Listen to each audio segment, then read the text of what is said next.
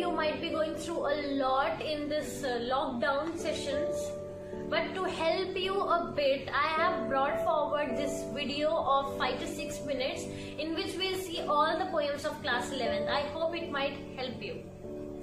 Start now.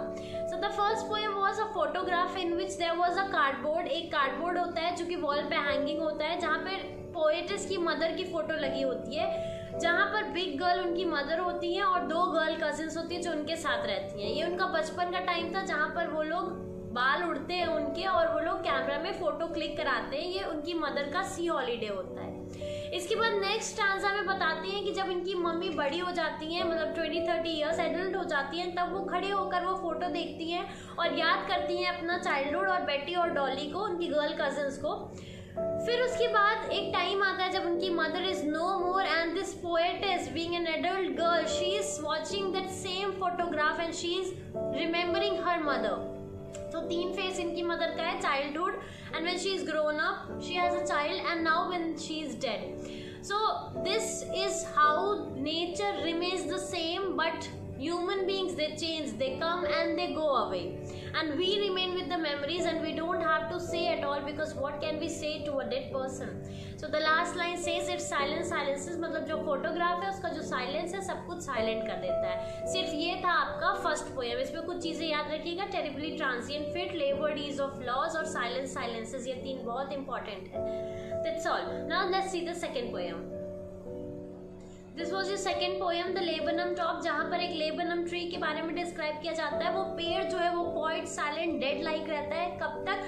जब तक goldfinch bird दाना लेकर नहीं आ जाती है। उसके बच्चे उस ट्री पर ही रहते हैं, उस ट्री पे एक घोंसले में रहते हैं। जब ये गोल्डफिंच बर्ड आती है, एंटर करती है और दाना लेके जाती है, तो वो जो ट्री है वो बिल्कुल एक्टिव हो जाता है। जैसे कि एक इंजन मशीन को स्टार्ट कर देता है, वैसे ये मदर गोल्डफिंच अपने बच्चों को एक्टिव कर देती है, तो पूरा ट्री जो है वो शेक करने लगता है और चहचहाहट से वो जो ट्री है वो अलाइव हो जाता है, जिंदा हो जाता है। अपने बच्चों को खाना खिलाकर ये गोल्डफिंच बर्ड फिर से वापस जाती है। जब ये बर्ड वापस जाती है तो फिर से वो ट्री क्या हो जाता है? डेड लाइक हो जाता है, साइलेंस हो जाता है। तो यही है ये पोएम, कैसे गोल्डफिंच बर्ड सिर्फ एक म्योरली बर्ड की वजह से आने से क्या होता है, वो ट्री जो होता है वो लाइवली हो जाता है और उसके चले जाने से वो ट्री फिर से क्या हो जाता है? डेड लाइक हो जाता है। सो this is about this poem. इसमें याद क्या क्या रखना है कि जो ट्विचिंग चिरप्स हैं और ये लिजर्ड की तरह कैसे आती हैं, then engine of the family कहा गया है गोल्डफिंच बर्ड को, और फिर एनी डेलिकेट विसल चिरप्स के साथ वो कैसे अवे लॉन्च अवे चली जाती है इन्फिनिट को, क्योंकि उसको नहीं पता है कि दाना कहाँ मिलेगा।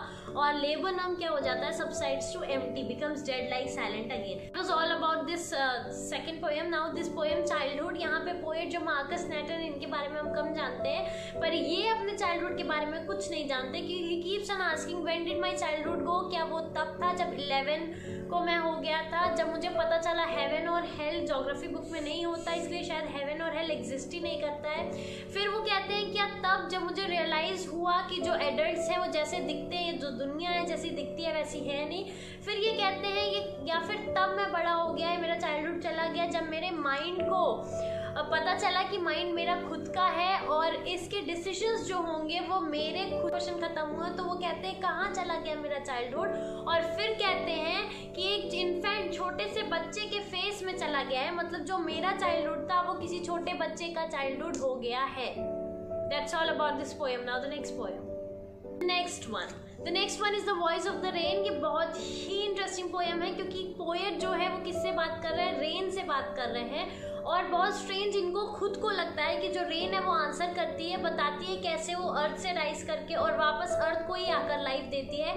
इसमें जो चीज़ें वो याद करने वाली हैं, जो रिमेंबर याद रखने वाली हैं, eternal I rise impalpable out of the land, ये फ्रेज है। और फिर जाता कहाँ है? अपवर्ड टू द हेवन, और वापस डिसेंड होता है बैक टू अर्थ। तो जितना भी एटॉमीज है, डस्ट पार्टिकल से सबको सेटल डाउन करता है, हेंस नेचर को प्योर और ब्यूटीफाई करता है।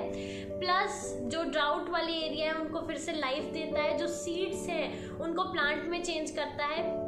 और लास्ट लाइन बताते हैं कैसे पोएम जो है और रेन जो है वो कैसी है?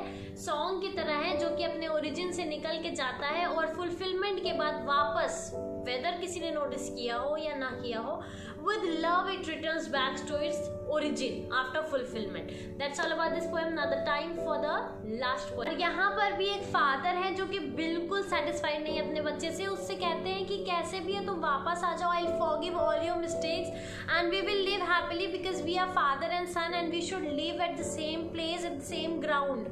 But he is also very much confused. He doesn't understand कैसे वो उसके ग्रीव से आकर आ जाता है और दोनों ही empty handed हैं. दोनों को नहीं पता क्या गिव एंड टेक करना है. एक दूसरे को फॉरगिव करने के लिए तैयार है, but they are not able to connect themselves and thus they find themselves separated. And that's what happens with every father and son, every child and their parents. That's all about these 5 poems of your class 11 book. I hope this video might be helpful for you. If it was, please keep supporting. As I always say, thank you so much. Have a good day. Have a good time ahead.